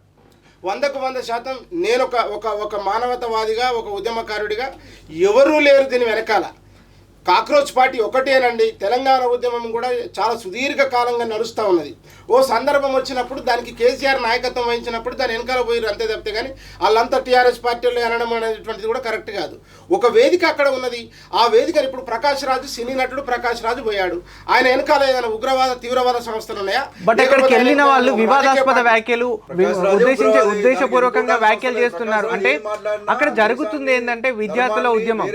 అక్కడికి వెళ్ళి వేరే విధంగా విద్యార్థులను అంటే విద్యార్థులకు సంబంధించి కాకుండా ఇంకా వేరే పొలిటికల్గా మాట్లాడడం, లేకపోతే ఇంకేదైనా మతానికి సంబంధించి మాట్లాడడం, ఇట్లాంటి వేదికమే చేశారు. కాబట్టి దీని వెనుక ఇంకెవరో ఉన్నారు, దీన్ని యూజ్ చేసుకొని దేశంలో ఏదో చేయాలి అనే దాంతో చేస్తున్నారని వంశీ గారు అంటున్నారు. ఇప్పుడు మాట్లాడిన వాళ్ళ మీద ఖచ్చితంగా వాళ్ళ మీద బురద జల్లడం అనేటువంటిది అధికారంలో ఉన్న పార్టీ యొక్క నేపథ్యం, సహజ గుణం, సహజ లక్షణం కూడా అదే.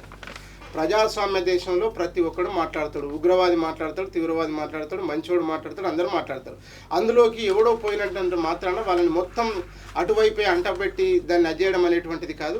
100% విద్యార్థుల యొక్క ఉద్యమాన్ని ఇప్పటికైనా దేశ ప్రధానమంత్రి అర్థం చేసుకొని వాళ్ళ తల్లిదండ్రుల వాళ్ళ కన్నీరు, వాళ్ళ కష్టము, ఏళ్ల తరబడి చదివి ఈ లీకేజీ వల్ల వాళ్ళ జీవితాన్ని నాశనం చేసుకునే యొక్క విద్యార్థుల భవిష్యత్తును ఇప్పటికైనా గుర్తుపెట్టుకొని ఈ దేశ ప్రధానమంత్రి గారు ఆత్మహత్య చేసుకున్నటువంటి ఆ తల్లిదండ్రులకి, ఆ విద్యార్థుల తల్లిదండ్రులకి కేంద్ర ప్రభుత్వం వాళ్ళందరికీ సహాయం అందించాలి. ఇప్పుడు కొత్తగా మొన్న టెస్టు పెట్టినటువంటి దానిలో కూడా పోయినసారి ర్యాంక్ వచ్చిన పిల్లవాడికి మొన్న పెట్టినటువంటి టెస్ట్లో ర్యాంకు రాని పిల్లవాడు వాడు సూసైడ్ చేసుకోవడం వల్ల ఆ ఇంటిని ఆదుకునేటువంటి ఒక పెద్ద దిక్కే పోయినప్పుడు అలాంటి తల్లిదండ్రుల శోకం ఏమైపోతుంది? అందుకని ఈ దేశ ప్రభుత్వం బేషరతుగా ఇప్పటికైనా దానికి ప్రధానమైన ఎవరైతే ఉన్నారో ఆ విద్యాశాఖ మంత్రిని తప్పించి వెంటనే కొత్త మంత్రిని పెట్టి ఎన్టీఏ ప్లేస్లో ఇంకొక ఏజెన్సీని పెట్టి ఖచ్చితంగా దాన్ని మరొకసారి అధ్యయాలనేటువంటిది ఒక డిమాండ్. అంటే ఓవరాల్గా ఎక్కడ నిరసన తెలియజేసినా కూడా నిరసన ఉద్రిక్తమయ్యే పరిస్థితి ఉన్న నార్మల్ వాళ్ళు శాంతియుతంగా చేస్తున్నప్పుడు కూడా పోలీసులు లాఠీచార్జ్ చేస్తున్నారు కొన్ని ప్లేస్లలో. అక్కడ కేంద్రంలో కావచ్చు, ఇక్కడ రాష్ట్రంలో కావచ్చు జరుగుతున్నాయి. ఈ లాఠీచార్జ్ అనేది సమంజసమేనా? 100% అది కాదు. ప్రజాస్వామ్యయుతంగా పోరాటం చేసేటువంటి హక్కు అందరికీ ఉంటుంది. లాఠీచార్జ్ అనేటువంటిది అది ఒక ప్రభుత్వం యొక్క దుందుడుకుతనమే ఉంటుంది. అది ప్రజాస్వామ్యాన్ని, భారత రాజ్యాంగం యొక్క ఒక ఆదర్శాన్ని కూడా తుంగలో తొక్కి ఈ దేశ ప్రధాని అండ్ పార్టీ పరిపాలిస్తున్నది కనుక ఖచ్చితంగా ఏదో ఒక రోజు ప్రజలు మరింత పెద్ద ఎత్తున పోరాటం చేసేటువంటి క్రమం కూడా రాబోతూ ఉన్నది. ఈ దేశంలో అలాంటి అసహనం యువతలో ఉన్నది ఇప్పటికీ. అందుకని ఇలా కాక్రోచ్ పార్టీ ఒక వేదికగా రావటం వల్ల వీళ్ళ లోపల ఉన్నటువంటి ఒక్కడిగా మాట్లాడలేని స్థితి ఉంటుంది కాబట్టి, ఒక్కడిగా ప్రశ్నించలేని స్థితి ఉంటుంది కాబట్టి ఒక వేదిక ఏర్పడ్డ తర్వాత దాని దగ్గరికి ఖచ్చితంగా ప్రతి మనిషి కూడా పోయేటువంటి పరిస్థితి. నేను అనేది ఒకటి, విద్యార్థులు ఎప్పుడైనా ఏ ఉద్యమం చేసినా అంటే విద్యార్థులతో ఒక యువత కదిలిందంటే దేశంలో కావచ్చు, రాష్ట్రంలో భద్రత మార్పులు వస్తాయి. నేను చెప్తాను ఒకటే లాఠీ చార్జ్ అని అంటే ఇప్పుడు అన్న కూడా అన్నదానికి నేను ఇద్దరికి సమాధానం చెప్తానంటే, ఇక్కడ విద్యార్థుల కష్టాలు, బాధలు, మీ కన్నీళ్లు కనిపిస్తలేవా? విద్యార్థులు పడ్డ దెబ్బలు, లాఠీ దెబ్బలు కనిపిస్తలేవా అని అన్నాడు. లాఠీ చార్జ్ చేయడం కరెక్ట్ అని అన్నాడు. నేను చెప్పేది ఏంటి అని అంటే, నేను అన్నది ఏంటి అని అంటే, విద్యార్థుల బాధలు, నిజమైన విద్యార్థులు గాయపడితే ఖచ్చితంగా ఎవరైనా హృదయం స్పందించాలి. మానవత్వం ఉన్న ప్రతి ఒక్క వ్యక్తి కూడా దాన్ని ఖండిస్తాడు. నేనేమన్నానంటే, విద్యార్థులు 90 మంది గాయపడ్డది ఎంతవరకు నిజమో, బాధితులుగా మనం ఎట్లయితే చూస్తున్నామో 150-170 మంది పోలీసులు కూడా తలలు వలిగి దెబ్బలు తిన్నారు. వాళ్ళకు కూడా కుటుంబాలు ఉన్నాయి, వాళ్ళ దేశ పౌరులే, వాళ్ళను కూడా బాధితులుగా చూడాలని చెప్పింది ఒకటి. లాఠీ చార్జ్ ఎప్పుడు చేస్తారు? లాఠీ చార్జ్ అనేది సిచ్యువేషన్ కంట్రోల్ తప్పినప్పుడు, ఎక్కడైతే ఆ వ్యక్తులు ఒక గ్యాస్ స్టేషన్ మీద దాడి చేసారు, గ్యాస్ స్టేషన్ మీద దాడి చేసి ఆ గ్యాస్ స్టేషన్ పేలిపోతే అక్కడ ఇంకా ప్రమాదం ఎంత? వాళ్ళు పార్లమెంట్ వైపు వెళ్తున్నారు, రాళ్ళు రూతున్నారు, పార్లమెంట్ మీద రాళ్ళు వేస్తారు. ఇంకో అసాంఘిక శక్తులు మీరన్నట్టే ఎవరో చేరిరు అని అంటే వాళ్ళే అక్కడ బాంబులు వేలిస్తే దానికి ఎవరు బాధ్యత వహిస్తారు? ఆ పరిస్థితి ఏడికి తీసుకుపోతారు? ఖచ్చితంగా సిచ్యువేషన్ కంట్రోల్ చేసే పరిస్థితుల్లో పోలీసులు తీసుకునే చర్యలు ఉంటాయి తప్పితే లాఠీ చార్జీ చేస్తే ఈ దేశ పౌరులనే కొడతారా? ఈ దేశ పౌరుడు ఏం చెప్పిండు? ఈ దేశ పౌరుడు పోయి పెట్రోల్ బాంబును వేల్మని చెప్పిండా, లేకపోతే ఒక మహిళా జర్నలిస్ట్ తీసుకుపోయి అసహ్యంగా ప్రవర్తించమని చెప్పిండా? ఈ రకమైన అంటే నేను అనేది ముఖ్యంగా శాంతియుతంగా విద్యార్థులు నిరసన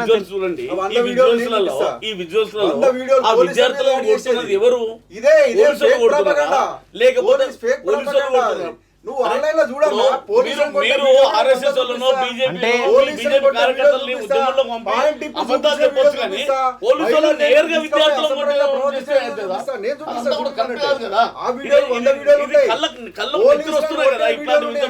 లైవ్ లా అభిజిత్ స్పీచ్ ఇచ్చినప్పుడే పోలీసుల మీద దాడి జరిగిన వీడియోలు ఉన్నాయి, చూడు తెలుస్తుంది నీకు.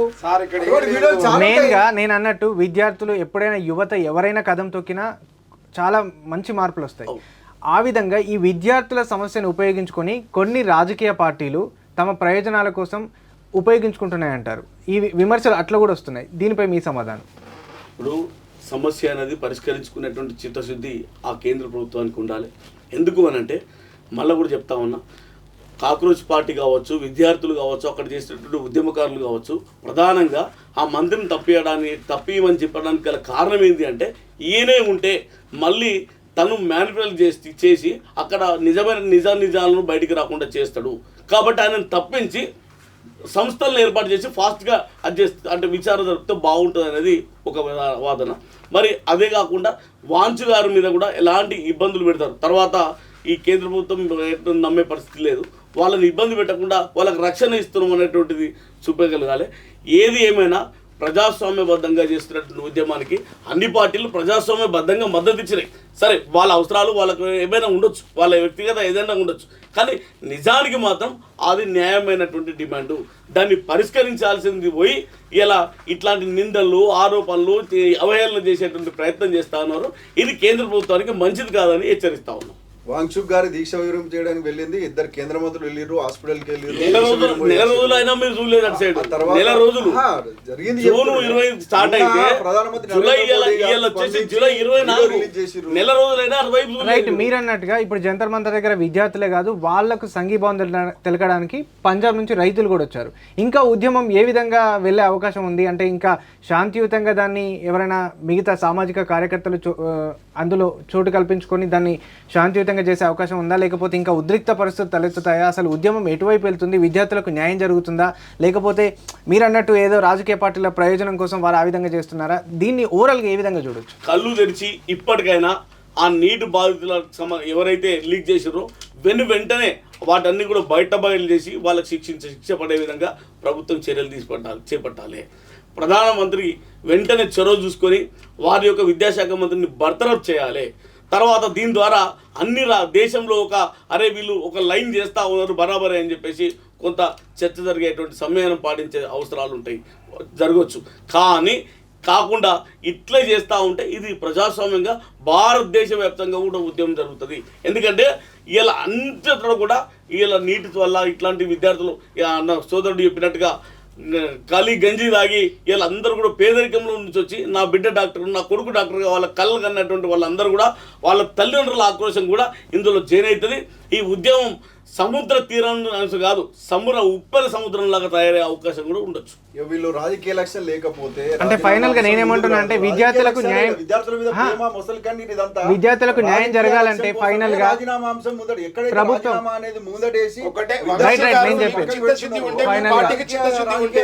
ఇప్పుడున్న లీకేజ్ సమస్యను మీరు ఎట్లా పరిష్కరిస్తారో ఫైనల్ గా విద్యార్థులకు న్యాయం జరగాలంటే ప్రభుత్వం ఆల్రెడీ చర్యలు తీసుకుందంటున్నారు. ఇంకా భవిష్యత్తులో కూడా ఇలాంటివి జరగకుండా ఉండాలంటే ప్రభుత్వం ఏ విధంగా స్పందిస్తుందో ఒకసారి బాబన్ అన్నదానికి నేను అదే చెప్పినా, మళ్ళీ చెప్తున్నా. ఇప్పుడు ఒక పోలీస్ స్టేషన్ లో ఒక ఎస్ఐ తప్పు చేస్తే అంటే అత్యున్నతమైన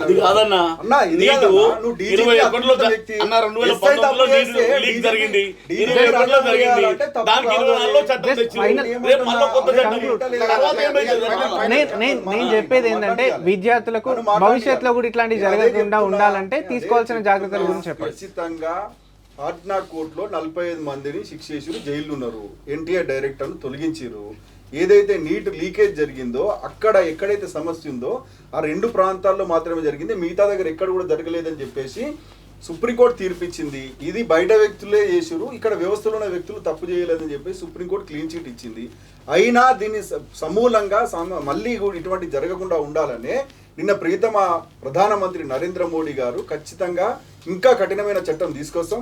మీరన్నట్టే కంప్యూటర్ బేస్డ్ టెస్ట్ ద్వారా ఏదైతే హ్యాకింగ్ జరగకుండా అక్కడ కూడా సమస్యలు ఉంటాయి, హ్యాక్ జరిగే అవకాశాలు ఉంటాయి, లేకపోతే ఇంకా లీకులు అయ్యే అవకాశాలు కూడా లేకుండా ఖచ్చితంగా అంటే యూనిక్ పేపర్స్ ఒక్కొక్కరికి వచ్చిన పేపర్ ఒక్కొక్కరికి ఉండదు. కొన్ని అంటే టెక్నాలజీ మారుతుంది, ఏంటంటే ఏఐ తోటి చాలా మారుతుంది. మీకు వచ్చిన పేపర్ నాకు ఉండదు, నాకు వచ్చిన పేపర్ కూడా ఇట్లా కొన్ని వేల రకాల పేపర్లను తయారు చేసి దాన్ని ఆన్లైన్లో పెట్టేసి దాన్ని సమగ్రంగా అంటే మీరు అన్నట్టు కంప్యూటర్ బేస్డ్ టెస్ట్ తీసుకొచ్చి ఇంకా అంటే ఇది ఒక ఆలోచన అంటే ఇంకా మామూలుగా పేపర్ అయితేనేమో బయట లీక్ అవుతుంది ఇంకేటైనా పోతాను అనుకుంటాము. ఇప్పుడు యూనిక్ పేపర్ ఎవరికి ఏ పేపర్ వస్తుందో బార్కోడ్ ఎవరికి వస్తుందో తెలియని పరిస్థితుల్లో లీకేజీ ప్రశ్న రాదు అక్కడ. ఇప్పుడు ఒక వ్యక్తి ఒక సెంటర్లో 100 మంది ఉంటే 100 రకాల పేపర్లు అక్కడ వచ్చేసినాయి అనుకో, క్వశ్చన్స్ అక్కడ లీక్ అయ్యే అవకాశం ఉండదు, ఎవరికి ఏ పేపర్ వస్తుందో తెలియదు. కాబట్టి ఆ రకమైన మార్పులు తీసుకురావడానికి కూడా తీసుకొస్తున్నారు, కఠినమైన చట్టాలను తీసుకురావాలని చూస్తున్నారు. ఖచ్చితంగా 2024లో చట్టం తీసుకొచ్చారు, పబ్లిక్ ఎగ్జామినేషన్ యాక్ట్ అని చెప్పేసి ఫాస్ట్ ట్రాక్ కోర్టులను ఏర్పాటు చేసి ఏదైతే ఇంతకుముందు ఎగ్జాంపుల్ చెప్పినట్టు వెంటనే సత్వర న్యాయం జరిగేలా, తప్పులు జరగద్దు, ఒకవేళ తప్పు జరిగినా సత్వర న్యాయం జరిగే విధంగా తీసుకోవాల్సిన చర్యలన్నీ కూడా కేంద్ర ప్రభుత్వం నరేంద్ర మోడీ గారు తీసుకుంటున్నారు. రాజీనామా అంటే పారిపోయే విషయం, ఇప్పుడే 10 సార్లు చెప్పినా ఇప్పుడు కూడా చెప్తున్నా, రాజీనామా చేయడం అంటే పారిపోవడం. రాజీనామా వల్ల సమస్య పరిష్కారం కాదు, ఖచ్చితంగా తప్పును ఎదుర్కొంటారు, తప్పును శిక్షిస్తారు. ఓకే, ఫైనల్గా మనంతా మాట్లాడేది విద్యార్థుల గురించి కాబట్టి ఈ నీటే కాదు భవిష్యత్తులో వచ్చే అన్ని ఎగ్జామ్స్కి సంబంధించి కూడా ఒక భద్రతా ప్రమాణాలు, నిర్వహణ లోపాలు ఉండకుండా అత్యాధునిక టెక్నాలజీతో ఉండాలంటే ఇంకా ప్రభుత్వాలు ఎలాంటి చర్యలు తీసుకోవాలి? ఈ దేశంలో విద్యార్థులు మరియు యువకుల జీవితాలతో చెలగాటమాడితే ఈ దేశంలో ఒక అంతర్యుద్ధం అనేది బయలుదేరుతుంది. ఒకటి. రెండవ అంశం ఏంటంటే భవిష్యత్తులో ఇట్లాంటివి మళ్ళీ రాకుండా ఉండాలి అని అంటే ఇప్పుడు అన్నట్టుగా వంశీ గారిని నేను ఒకటే చెప్తా ఉన్నాను, రాజీనామా అతన్ని మాత్రమే చేసినంత మాత్రాన ప్రధానమంత్రి రాజీనామా చేయట్లేదు, ప్రధానమంత్రి రాజీనామాను ఎవరు కోరుకోవట్లేదు. కానీ 100% ధర్మేంద్ర ప్రధాన్ని తప్పించి నువ్వు దాని మీద విచారణ జరిపించి ధర్మేంద్ర ప్రధాన్ అనేటువంటి విద్యాశాఖ మంత్రికి ఈ నేషనల్ టెస్టింగ్ ఏజెన్సీ ఏదైతే పేపర్ లీకేజ్ ఉందో దీనికి ఎలాంటి సంబంధం లేదని చెప్పి దేశ ప్రజల ముందు పెట్టాలి. ఇంకొక మాట, సుప్రీంకోర్టు గురించి మాట్లాడుతూనున్నారు వంశీ గారు. సుప్రీంకోర్టు అనేటువంటి అంశం దుర్మార్గం ఏంటంటే రాజకీయాలు గతి తప్పినప్పుడు, దారి తప్పినప్పుడు, దేశ రాజకీయాలు కానీ రాష్ట్ర రాజకీయాలు కానీ గతి తప్పినప్పుడు మాట్లాడాల్సింది ఈ దేశ ప్రజలకు ఒక అత్యున్నతమైనటువంటి ఆశ ఎక్కడ ఉంటుందంటే ఆశాదీపం లాంటిది ఒక సుప్రీంకోర్టే. అది ఈ దేశ సర్వోన్నత న్యాయస్థానం. ఈ దేశ సర్వోన్నత న్యాయస్థానం యొక్క ప్రధాన న్యాయమూర్తి గారు ఆయన మొన్న మాట్లాడుతూ నాకు వీడియోలు చూసే సమయం లేదు, మీరు చేస్తున్నటువంటి ఉద్యమాన్ని మరీ ఇంత చూసేటువంటి అది కూడా లేదు అని చెప్పి కొంత కించపరిచే విధంగా మాట్లాడడం, సుప్రీంకోర్టు ప్రధాన న్యాయమూర్తి స్థానంలో ఉండి ఆ రకంగా మాట్లాడడం ఈ దేశ ప్రజలకి సుప్రీంకోర్టు మీద ఉన్నటువంటి గౌరవాన్ని అది తీసేసుకున్నట్టుగా ఉంటుంది. మీరు మాట్లాడకుండా పర్వాలేదు,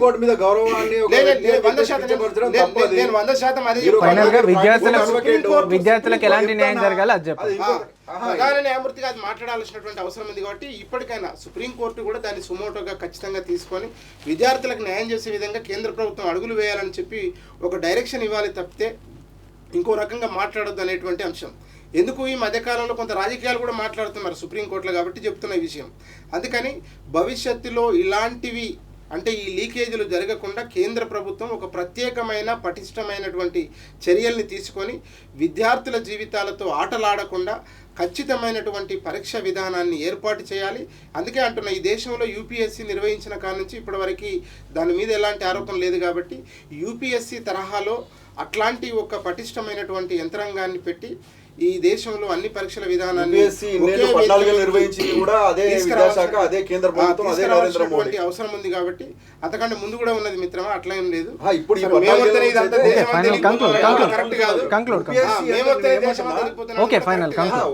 నేనేమంటున్నా ధర్మేంద్ర ప్రధాన్ ఇప్పుడు లాస్ట్ మొదలే చెప్పదలుచుకున్నా కానీ ఇన్నిసార్లు అంటారు అని చెప్పేసి ఇప్పుడు చెప్తున్నా. ధర్మేంద్ర ప్రధాన్ రాజీనామా అంశం అనేది నరేంద్ర మోడీ నిజంగానే రాజీనామా చేయాలని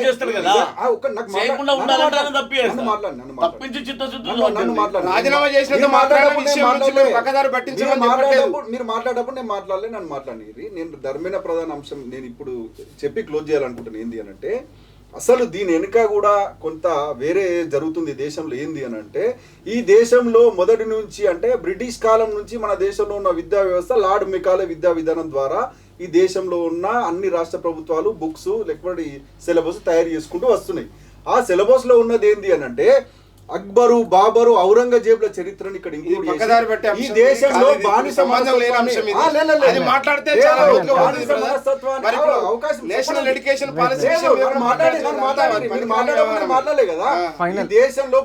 మనస్తత్వాన్ని ఇంక్లూడ్ చేసి ఈ దేశంలో అస్థిరపరచాలని.